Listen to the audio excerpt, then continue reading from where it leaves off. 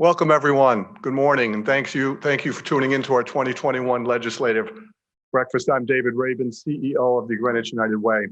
Annually, we bring together our elected officials to discuss the human services needs of the town of Greenwich and what each of them are working on to help improve the lives of our most vulnerable. Before we begin, though, let me give you some numbers that relate to the town of Greenwich directly, and these are pre-pandemic numbers. 7% of our town is under the federal poverty level. ALICE, a United Way term that stands for asset limited, income constrained, but employed, makes up 22% of our population. An ALICE family of 4 with 2 children in childcare needs to earn $115,000 a year just to pay for the basic necessities in the town of Greenwich. Rent, food, transportation, and childcare take up everything. After those are paid for, there is very little left to save. Truly a flat tire away from financial disaster. So that is almost 1/3 of our population. Since 1933, the Greenwich United Way has been uncovering unmet needs, raising awareness and support, and developing lasting solutions for these families. I want you to visit our website to take a look at our most recent needs assessment. It is very comprehensive. It is you can take a deep dive into the needs of the town, mouse over some of the areas of town. Things will pop up. It's interactive. You will see some things you have never known about the town of Greenwich before. It is the statistical portrait of the human services needs of our town.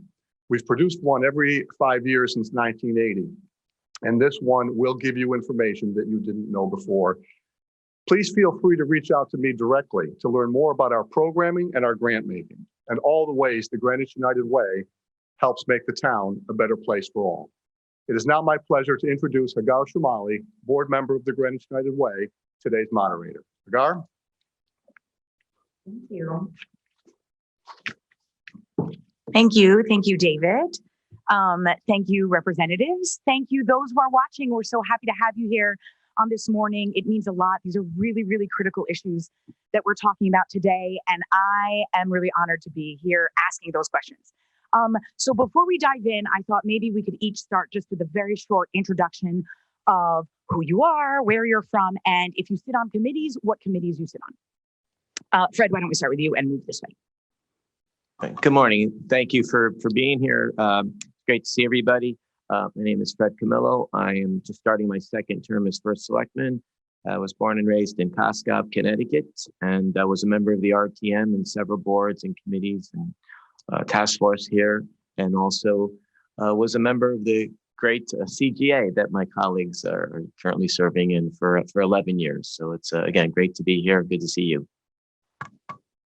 Hi, I'm State Representative Kimberly Fiorello. I represent District 149, which includes parts of Greenwich and North Stamford.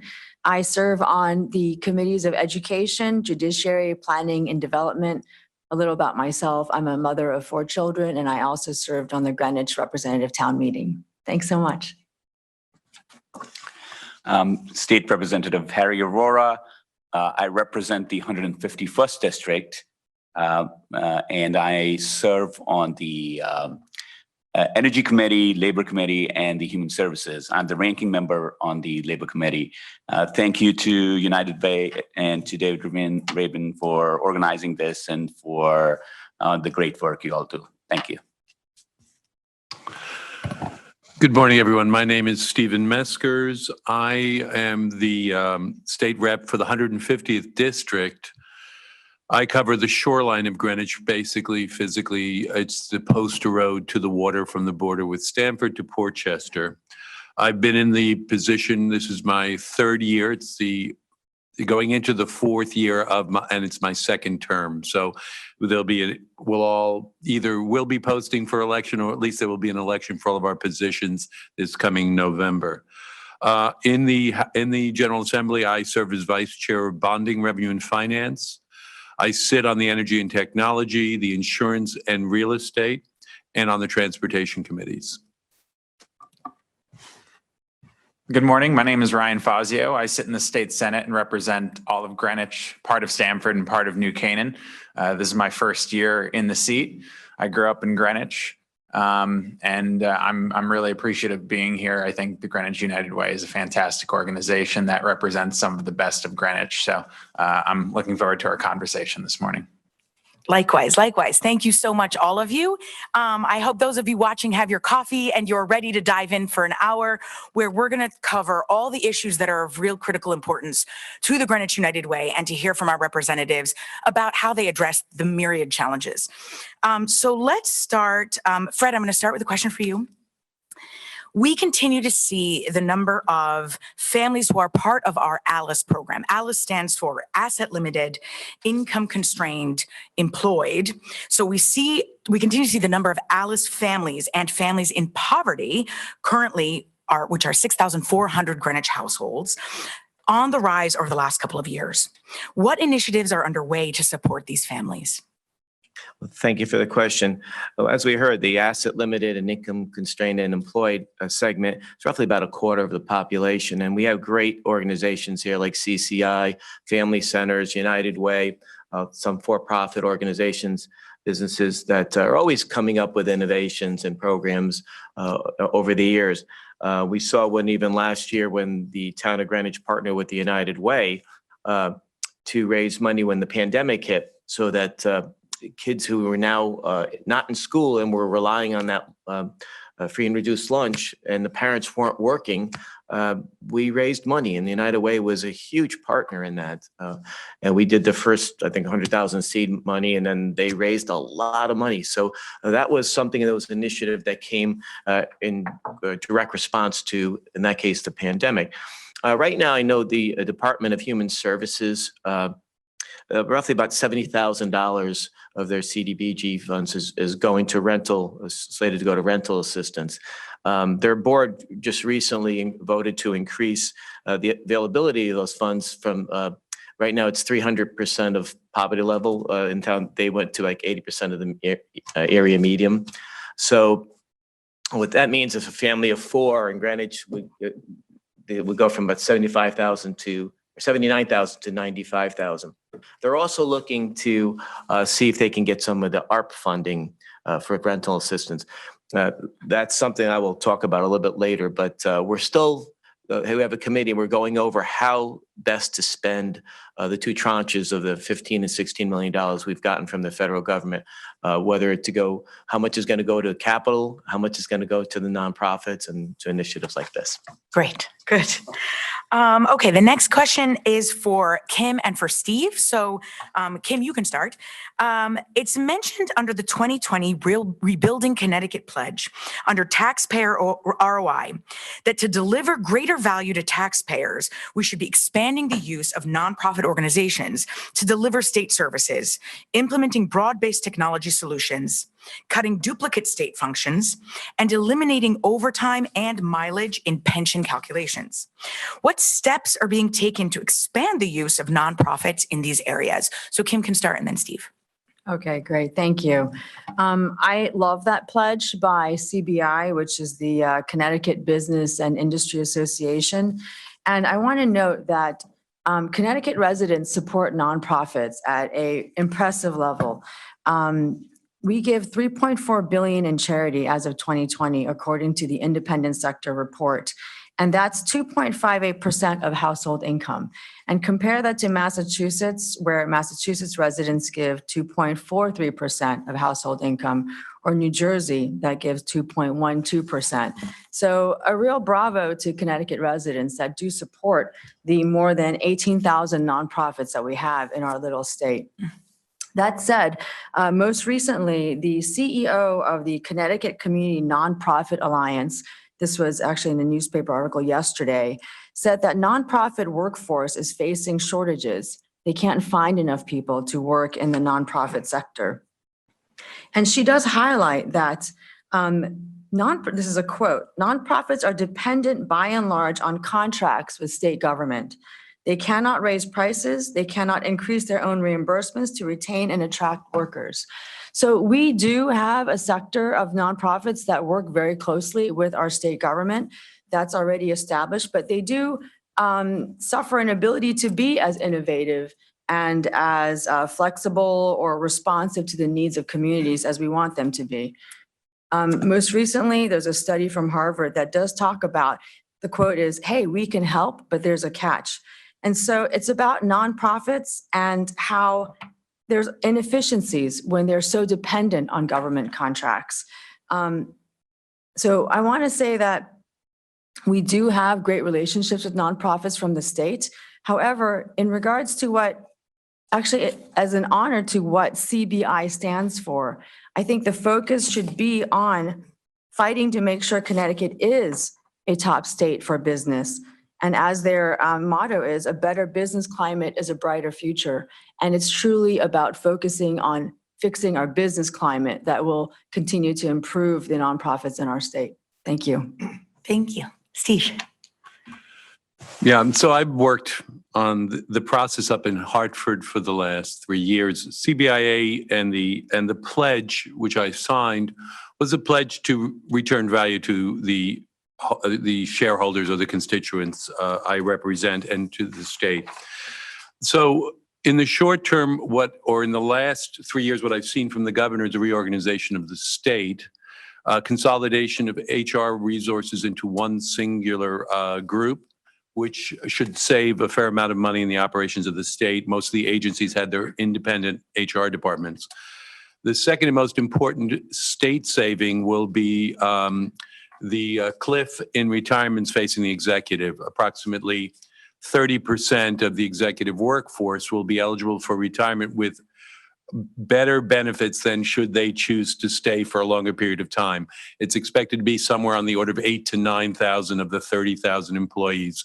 The estimates are about 70% of them may take that early retirement. The savings to the state on that are estimated to be about $900 million, I think, between that and the potential closing of a prison. So on the savings side, I think we're moving in the right direction underneath the governor and under his basic information czar, Josh Cabal. On the issue of the nonprofits, the problem is twofold. The state has frozen reimbursement rates for about 10 years now. If you look at any of the major organizations that are providing childcare services, early childhood education, trying to adjust or close the achievement gap, we have not increased the reimbursement rates for about, like I said, about 10 years. With the minimum income rise and with the level of compensation from the state, these childcare centers can't afford to pay their employees a living wage. Basically, they're getting half of what a municipal sanitation worker is getting to educate our children. So we're going to have to look at how we can squeeze the state resources to improve the reimbursement rates to support our nonprofits who are literally doing the most important work for all of us. Great. Thank you. All right. I'm going to start. Let's do a question that goes through all of you. And then Ryan, we can start with you and go this way. What is being done to improve workforce development programs in the state and in our local community to better prepare the workforce for the future? So the most recent budget included about $100 million for workforce development. Workforce development programs, job training programs are certainly not new in the country. They're at least 50 years old on a large scale. And so the results are complex. Some of them work well, some of them don't work well. And I think having a data-driven approach is very important to ensure that the resources we're spending on workforce development and job training are very effective. So the governor's workforce strategy group has laid out 4 goals. First, to meet for workforce development, the first to meet the needs of business. So a demand focus. We're going to train people for the jobs that exist and for what businesses need, which strikes me as which strikes me as correct. The second is to have an agile education system. The third is to support or to maintain workforce participation through supports. And the fourth is data to track outcomes. Looking at the broad consensus of the academic literature, it seems like the first and fourth points are especially salient, that we need to meet the demands of the economy and train people specifically for the jobs that exist or that can provide wages to support a household. And the fourth, to make sure that we're employing data and looking at the cost benefit of the programs so that the taxpayers know that the money they're investing is seeing a return because it's actually bringing people into the workforce. It's actually improving outcomes for families in need. So there's 19 workforce training programs in the state that serve over about 1,000 people, ensuring that we have a cost benefit analysis, that we're putting people into the right programs that actually improve their prospects economically and otherwise is very important. Thank you. Steve. I think Ryan hit the nail on the head with a lot of the analysis he went through. Essentially, it's similar to the comments I made on HR. There was a consolidation in the governor's office of the workforce training strategy. So now they're going to be looking at that from the point of view of an effective, and with the metrics that were previously mentioned, they're going to be driving that workforce development. What I would add to that is that you're seeing both consolidation in the community colleges, where they're looking to reorganize and repurpose the community colleges. There is some conflict in that. Of course, all of them are independent organizations. So we're looking to see how that moves forward, both for savings and for more effective workforce development and training.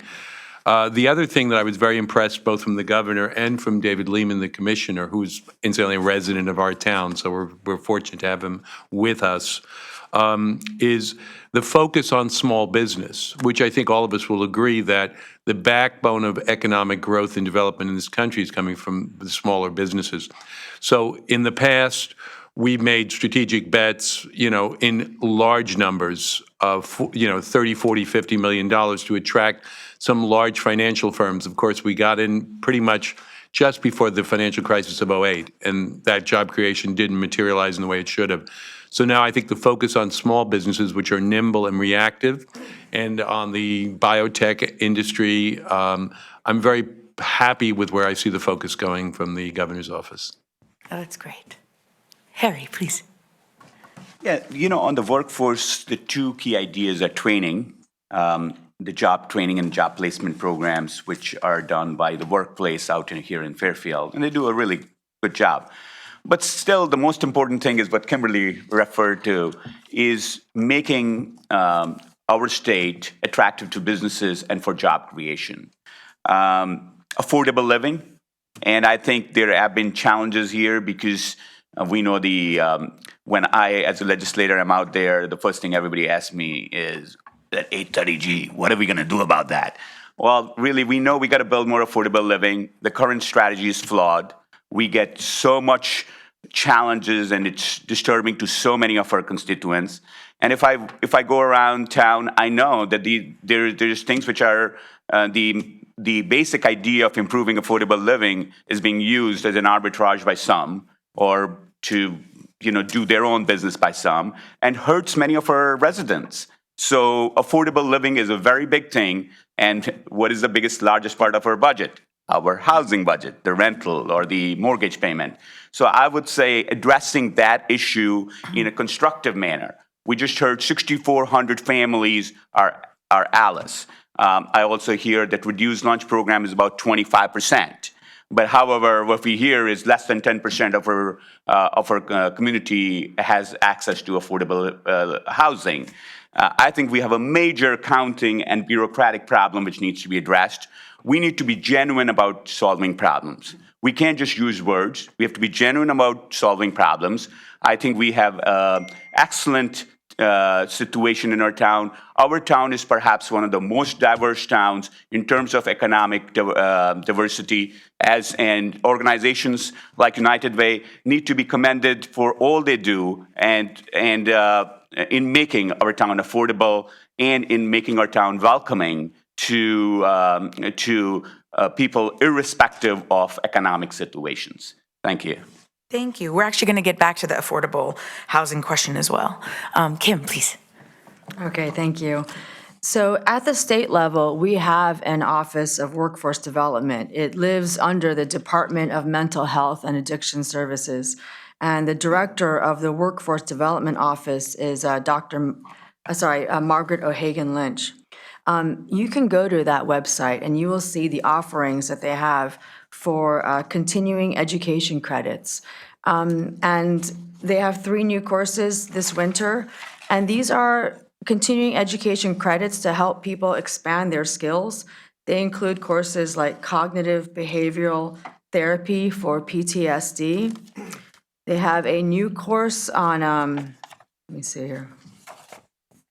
They offer a new course, an overview of problem gambling, motivational interviewing intensive course.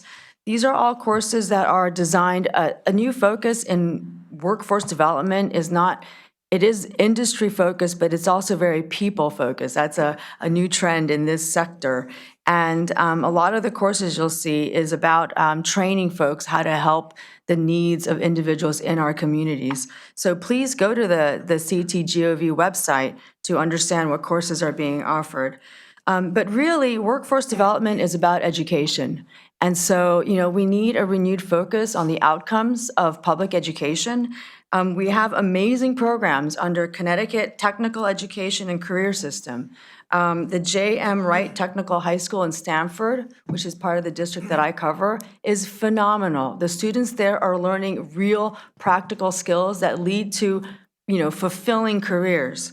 We also have, in Connecticut, an agricultural science and technology program. And there's also one in Stamford at the West Hill High School.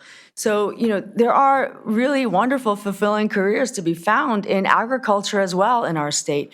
So I think I would love to see continued focus on the public school system outcomes plus public school choice. Thank you. Thank you. Fred, please. Thank you. As you've heard, the state is able to and does focus a lot more on it than a municipality can. I know when I was in the legislature, there were lots of initiatives. Towards the end of my tenure up there, I know former Speaker Joe Arasimowicz was very instrumental in getting a lot of initiatives for workforce development for the trades. And that certainly, as Kimberly just said, these things are very much needed. Right Tech, where I coached basketball 100 years ago, those schools are critical. Not everybody is going to go to college, and so workforce development does reach down to the municipalities, but just not on that level. Here in town, human services, HR, they offer leadership training, and each department will have a workforce development budget for specific needs within those departments. And I know we've done in the last few years training on cybersecurity. We've done training on harassment. We are now finishing up our training for social media and what to do and what not to do on that. I think currently the employees have until December 16th to go through that training. So it's a constantly evolving thing as far as workforce development. Again, towns are probably a lot more limited than the state in this category, but I think each town, probably all 169, do some type of it, and certainly we're looking each year to add to that. Perfect. Thank you. Well, a lot of amazing resources that have been listed and talked about today. For those of you listening, please take note. Fred, while we have you, we're going to come back to you on the question of ARP, which you had mentioned you wanted to dive into earlier. So for those listening, ARP is the American Rescue Plan, and it presents a great funding opportunity for the town and school system officials to revitalize the community after the hardships endured throughout the COVID-19 pandemic. There have been specifically $9.5 million for the school system and $1 million allocated for local nonprofits. So, Fred, how are the funds being prioritized, allocated, and distributed equitably to have the most impact? Why did the town decide to use the Plan of Conservation and Development report as a tool to evaluate ARP applications? If you could just dive into that for us. Thank you. Yeah, well, the POCD really informs us on a lot of things, and we try our best, no matter what, whether it's ARP funding or just building applications, to follow what's in that POCD, which is now being revised every couple of years rather than every 10 years. So it'll be a little bit more of a current document than it's been in the past. The ARP guidelines have changed. Originally, it was going to be money just to fill the coffers of the municipalities and the states that were depleted. And we thought that's what it was going to be. And it has changed several times. I mean, several times. So, and it may be even changing a little bit more. But right now, we put together a committee of government leaders here in town to go over how to best allocate this in a fair way and a sustainable way. Yes, there may be some funding going to a cause that may be a one-off, but we're trying our best to apply this money so that, God forbid, if there's another pandemic or another crisis, with this money that's being spent now, be able to mitigate the impact of whatever it is we're facing. So there's, the capital needs, right? And whether it's long-standing capital projects, infrastructure, a lot of it is tied into this and fits under the definition. So I would guess, we have two tranches with 15 million, one, and about 16 million is coming next year on the town side. As you said, 9.5 went to the schools. We're not there yet. We're getting close about how to best allocate it. We do want to hit a lot of the capital. We also do want to make sure that the nonprofits who are spending money that we would have to otherwise spend, to make sure that they have get their fair share of it too. Because at the end of the day, this is all money, whether it's capital or nonprofits, that's going to have to be spent. So we want to spend every penny of it, but do so very wisely and not violate the spirit of the regulations. Thank you. Thank you so much. If I may add to that. Sure. I think we should commend Fred in the process and our leadership in town in the process being set up. But from a state perspective, I would like to point out that our town needs more resources for containing the flood damages and drainage issues which are coming about. And this is not one-off. Every part of town has those issues which are really important and need additional dollars to be addressed. This is a little bit of a disaster in the making, and as there are stipulations, and the town is doing a fantastic job in basically approaching and trying to solve that problem. But I do think that from a statewide basis, more money needs to come from this big pot to address those issues now. Okay, thank you. That is interesting, but I think for Greenwich United Way, the flood drainage issues may not be as relevant, but fascinating nonetheless. Let's go into affordable housing issues and then into more issues related to kids and schooling and stuff like that. So this question is for Kim and Fred, and then I promise I'll go back this way. On affordable housing, Greenwich continues to be under the 10% mandate for affordable housing.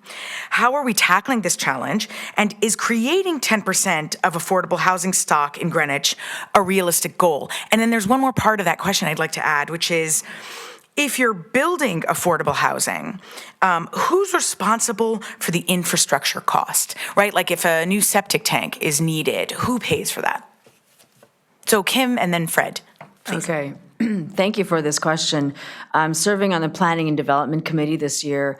At the state level, we definitely saw a major spate of bills related to affordable housing initiatives coming from the state.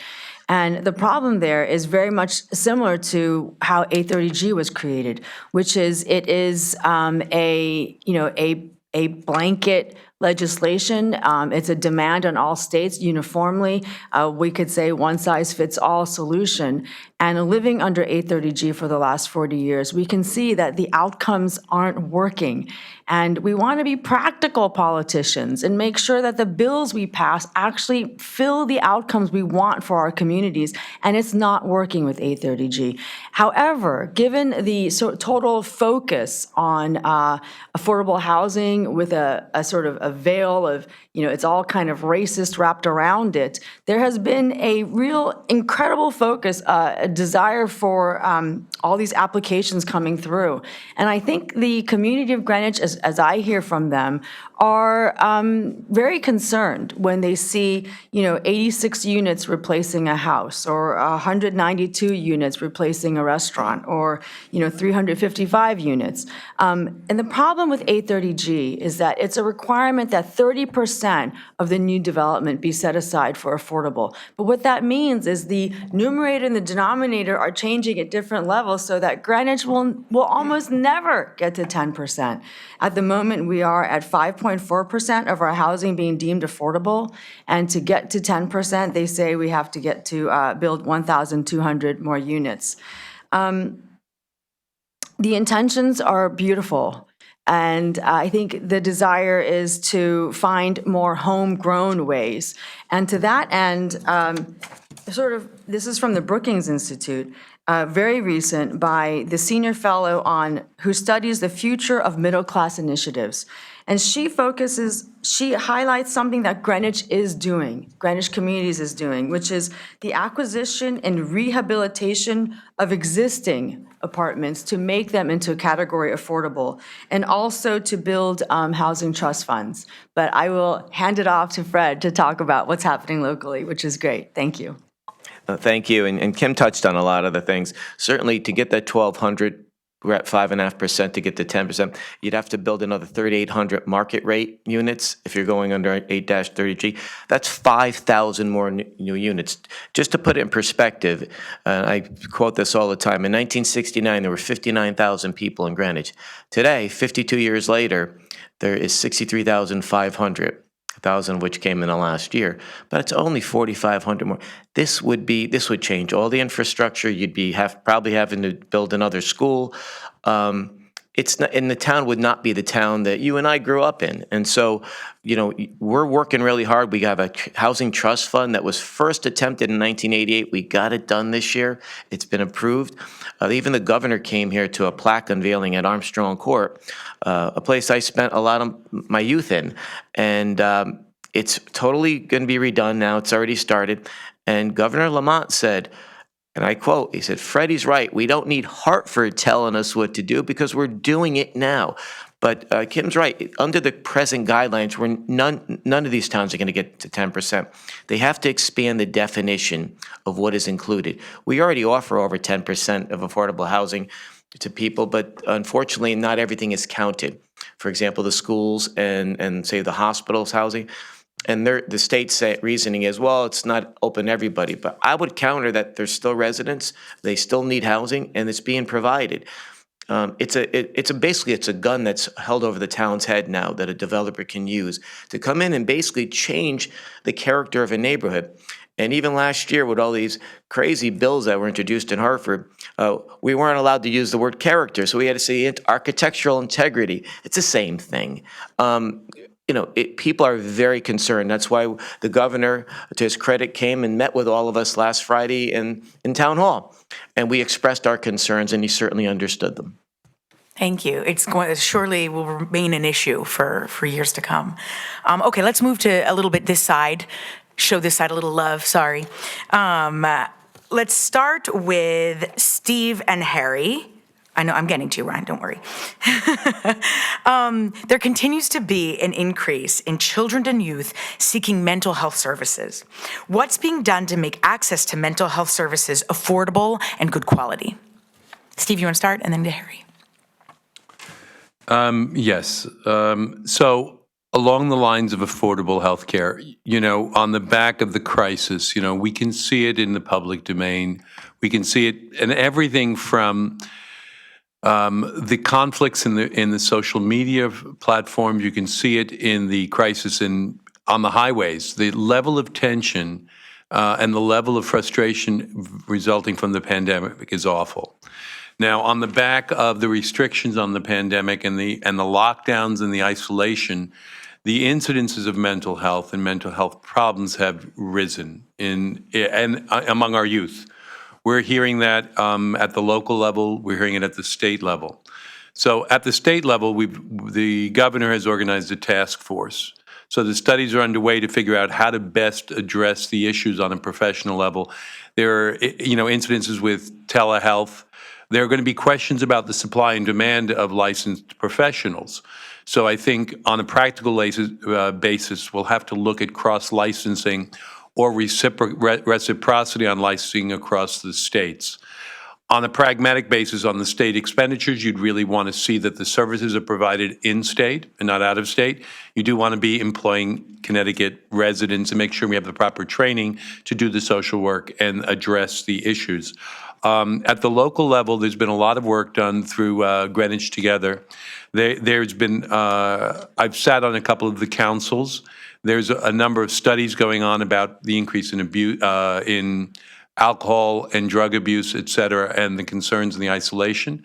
And I think as the studies roll out and as I hear more from the educational system in town, I'll be looking for feedback and how to best address the issues.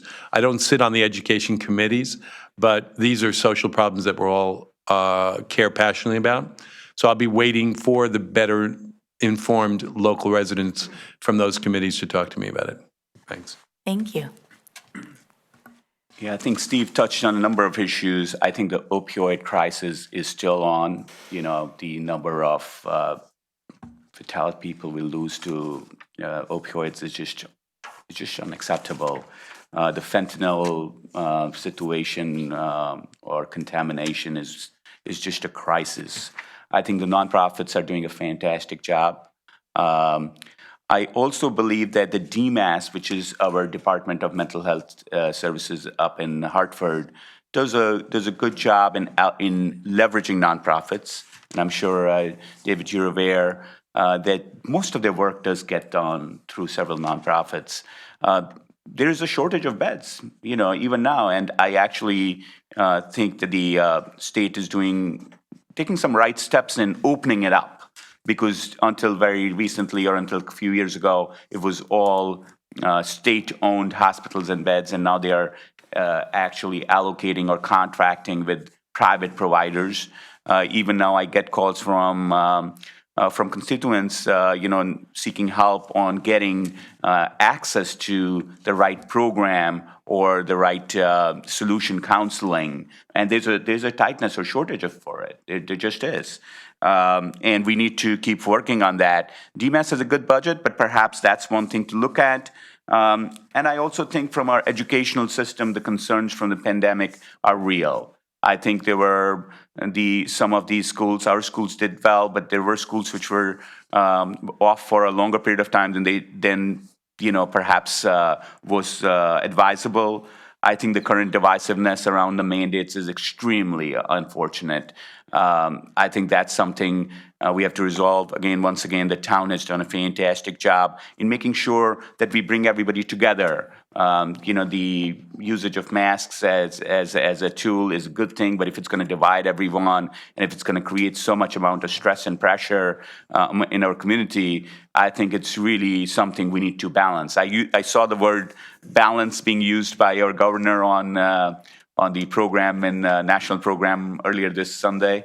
And I really appreciated that. And I would say the model which our town has set up in terms of using a balanced approach to make sure that we have protection against COVID, which, by the way, Delta is again really coming up. So we'll be hearing this. We haven't the pandemic hasn't ended here, but the point being, we need to bring everyone together, and this divisiveness around masks is just not right. The strategy needs to be changed in schools.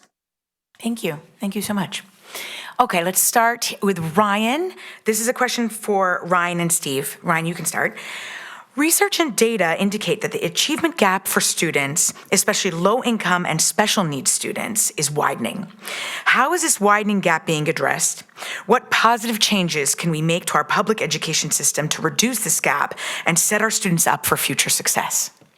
Well, the achievement gap and student achievement in general is, I know, a very important issue to the United Way, and it's a very important issue to me. I spent 7 years tutoring in inner city schools, and I saw firsthand what a high quality public education, a high quality public charter education in particular, can do to brighten the futures of young people, especially young people in need.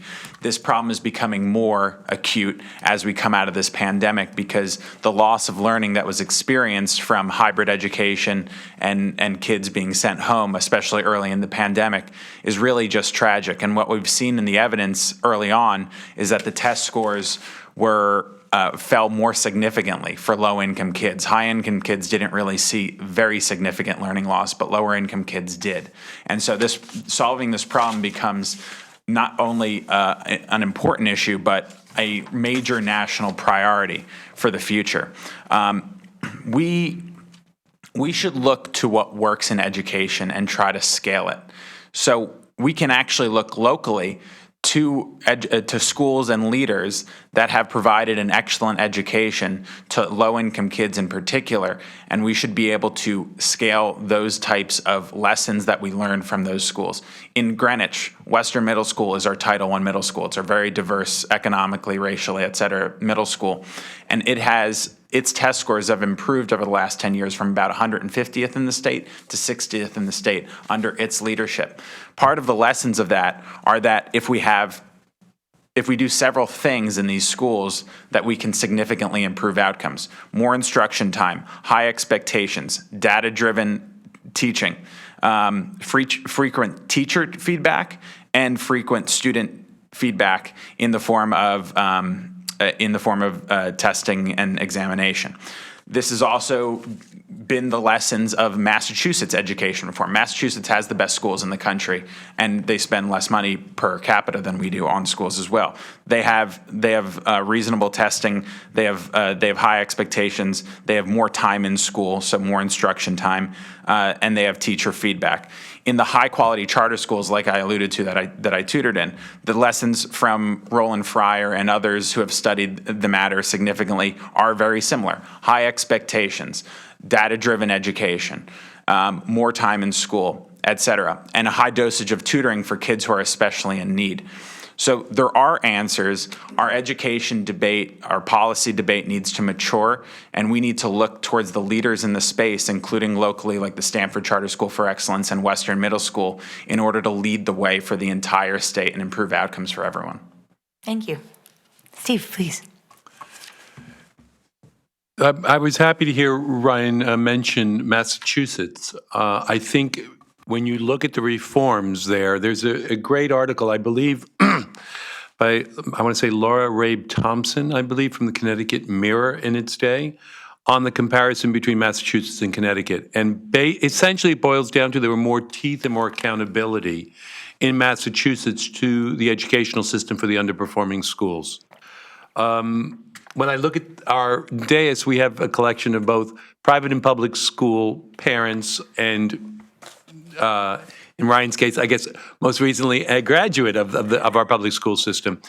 And I think what we all have is the benefit and the wherewithal, and I don't know Ryan's family, but I'm going to assume the same wherewithal for that educational process. So the second piece of that achievement gap is socioeconomic.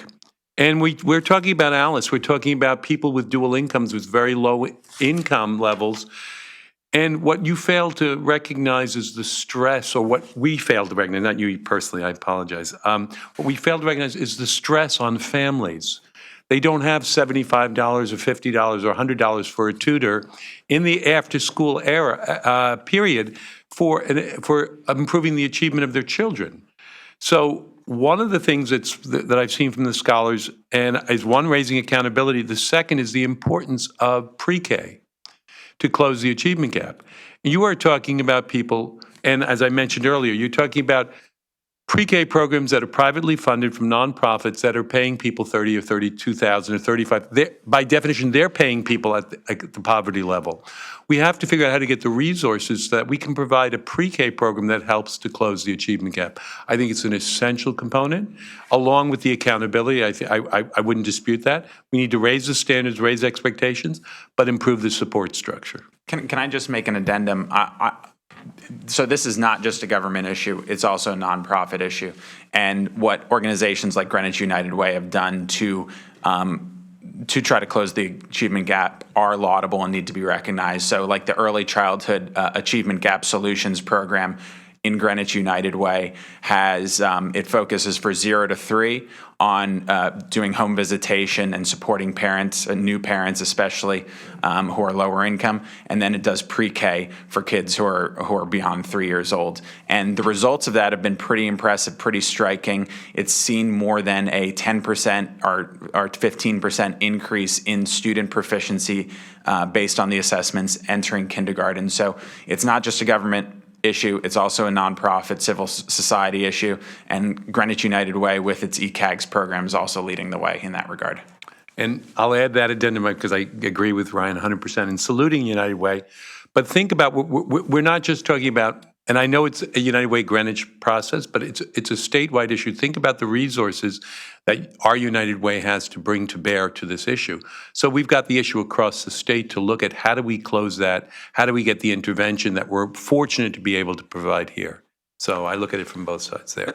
Thank you. If I may add here to this discussion, a very, very excellent discussion here, and I think Kim, as you know, is member of the Education Committee in the legislature. I think some of the issues or the solutions are clear, right? We know, and I'm talking outside of Greenwich for a moment, statewide here.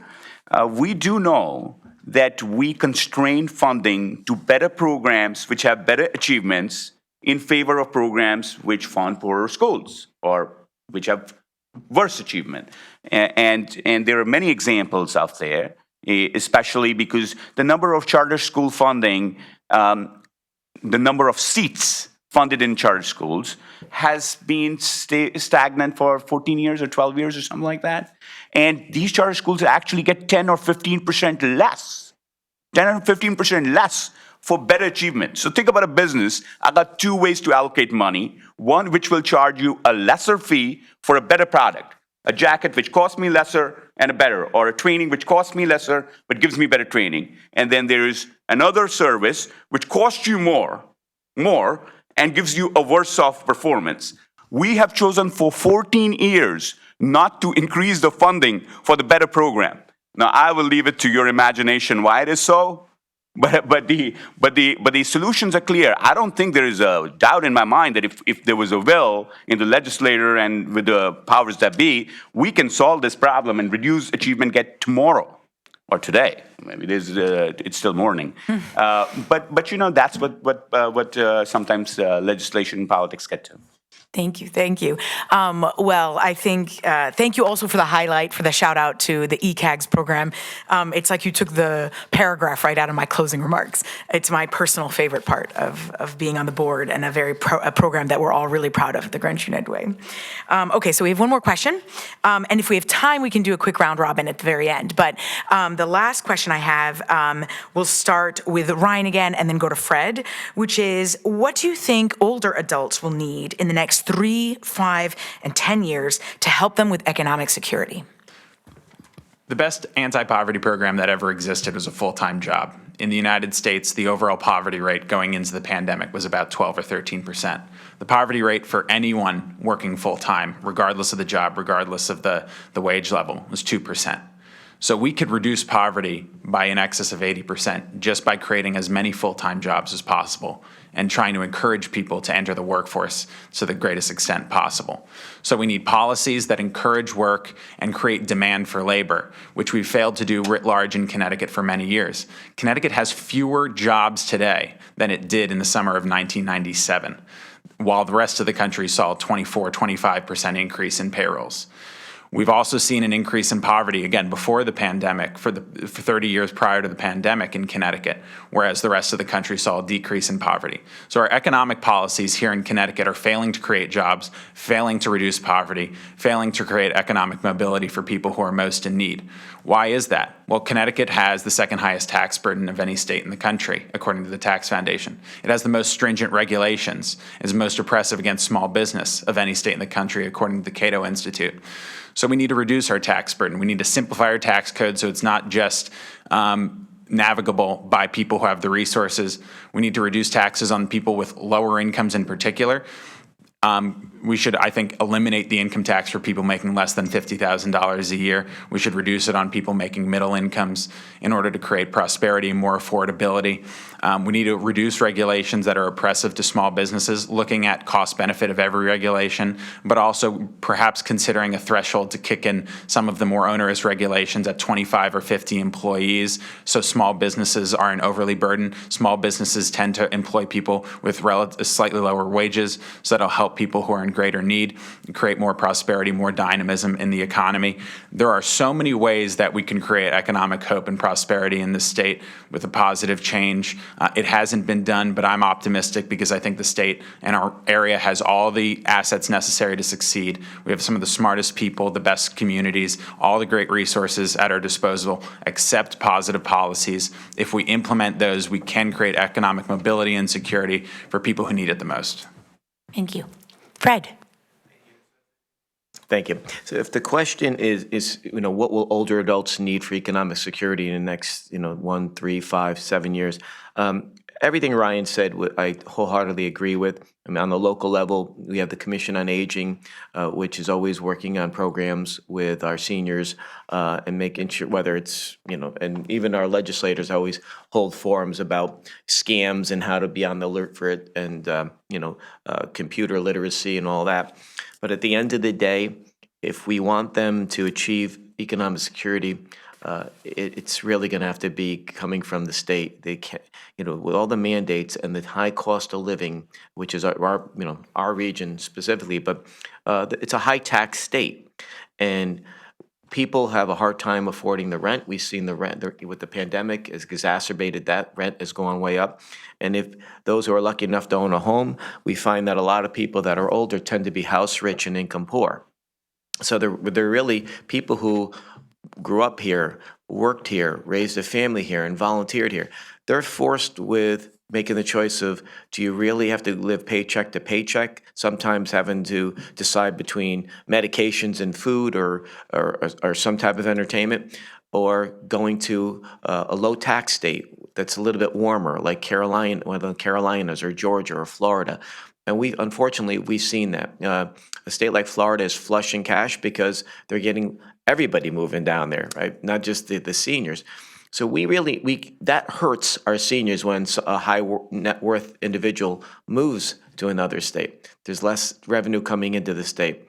And it was Kevin Sullivan was head of our DRS years ago, said he used to it would keep him up at night praying that the top 6 earners in the state didn't leave. And we've had a lot of them leave. So we have to have policies that encourage people to stay here in the state, because that helps everybody, not just the older residents, but those residents in particular are helped by that.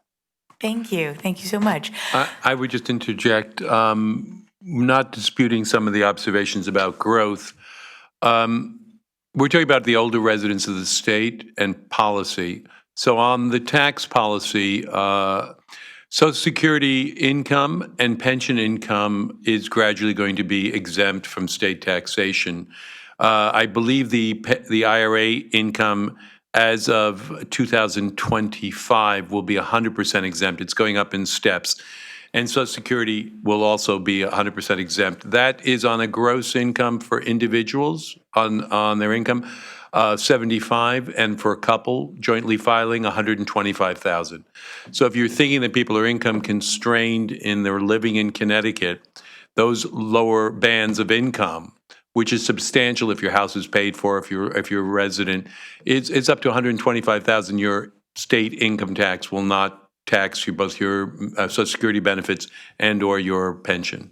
So that's just an important fact people should realize. I'd like to just add on that's good. That's great news, because historically we have not done that here. We've been one of the worst states. When I got up to the State House in 2008, we had a cliff on the inheritance tax. So if your estate was a 1 penny over $2 million, they taxed the whole thing, and they said it was an accounting error. But the accounting error stayed on the books for a long time. We got rid of that, and we actually got it pushed up a couple times, and then it got lowered again. So that's really great news, because that's one of the things that we've heard people take into consideration, whether they say, well, are we going to spend our remaining years in Palm Beach County or Duval County or Fairfield County? And we usually lose that battle. So that's great news. Thank you. Thank you. All right. Well, we have a few minutes before I have to close. So we'll do very quickly, just, less than a minute for each of you. We'll start with Fred. We'll go down the line this way. Just, what are your top concerns or challenges or initiatives that you're excited to work on, whatever they may be currently, in the future? Maybe you can name each of you, just top 3 very quickly before we sum up. Okay, thank you. That's a tough one. I mean, we're really working here on a local level on the initiatives we started 2 years ago, working on public-private partnerships and pedestrian friendliness for our streets and our neighborhoods and our business districts, beautification projects. But also, as we have heard, the flooding issue is something that could be tied in with infrastructure that really we're working on a daily basis. And it's quite expensive, so we're looking at ways to get the low-hanging fruit done, but certainly to have a plan for some of the bigger projects, and to do so honestly and let people know what the timeframes would be, what the costs would be, what can be done and what can't be done.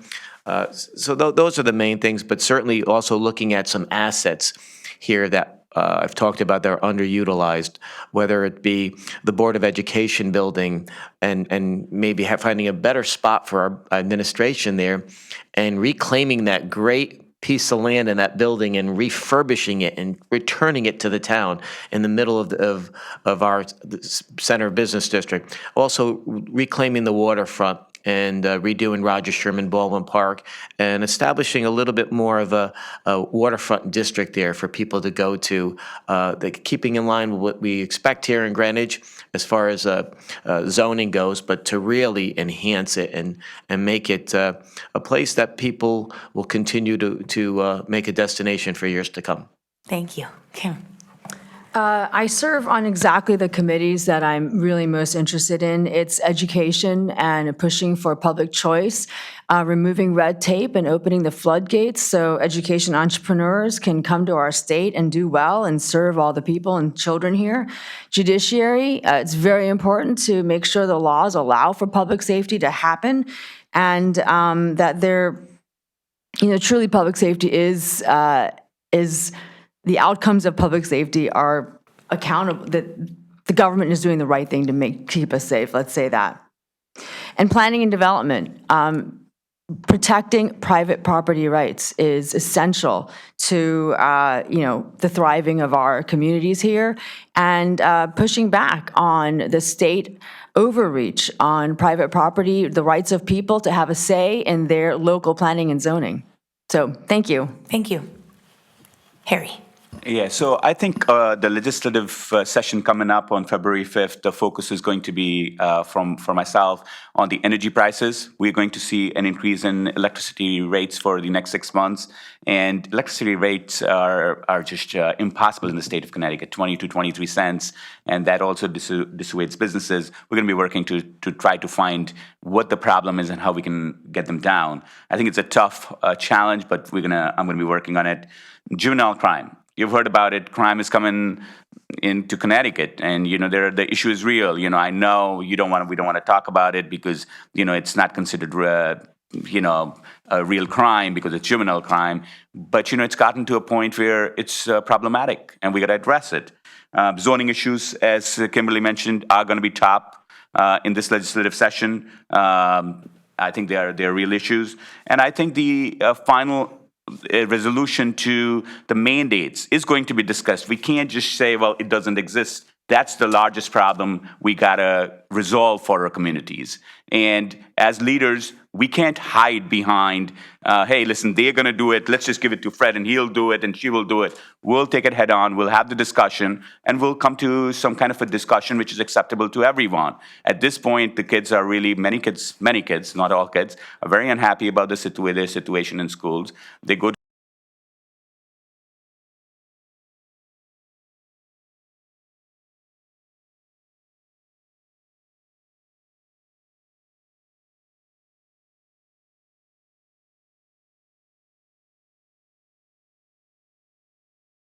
discuss it, resolve it. I think leadership is required. We're going to be basically talking about it. And as I mentioned, flooding issues and funding for it is extremely important. So those are 4 or 5 big issues I think we'll be discussing very soon. And we're already discussing in the legislature with other leaders to see what legislation we can make or pass to address those problems. Thank you. Thank you, Steve. I have a big legislative agenda of things I care about, given the committees and the purview I have. So energy, et cetera, touching on all those, I agree that we need to work on those. But I think importantly now, it's the reform of the state with the changing in the demographics and the retirements from the state.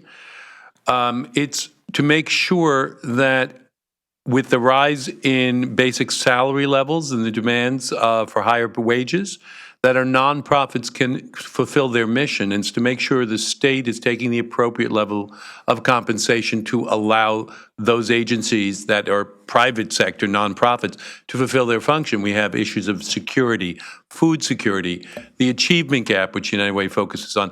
Those are issues I think that are fundamental to know the people who focus their life's work on improving the outcomes for others, that we give them the proper level of support. And that's where I'll be focused. Thank you. Thank you so much. Ryan, to close it out. My short and long-term priorities are to reduce the tax burden, to create economic prosperity, and improve regulations to reduce cost of living for everybody, to improve academic outcomes by supporting our public schools without taking too much state control over the facilities. Public safety needs to be at the forefront, as Harry mentioned, criminal justice reforms and smart, proactive policing policies, protecting local control of our towns, and trying to bring people together, create more comedy in our politics. I think all worthy causes, and hopefully we can make some inroads on them. Thank you. Thank you, all of you. So I'm going to close. I want to thank all the representatives for joining us this morning. And sorry that we didn't have the usual full audience behind us. They're all virtual, though. Thank you to the virtual audience listening. I'll just close with a couple thoughts as a Greenwich United Way board member. I am a very proud member of the Greenwich United Way. I saw it mobilize extremely quickly when the pandemic hit last year.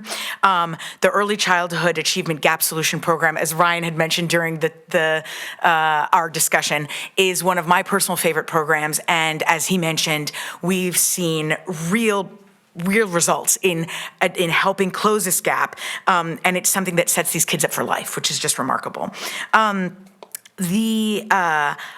COVID and the pandemic, one of the things I wanted to highlight is that since January of this year, the Greenwich United Way has spent $2 million on distributing those funds through to the COVID fund, to grants, to the community, and it's been amazing to watch. It's been amazing to see the team mobilize and address these myriad challenges so quickly, and adapt to the challenges we face in such a quick manner. It's truly an honor to serve.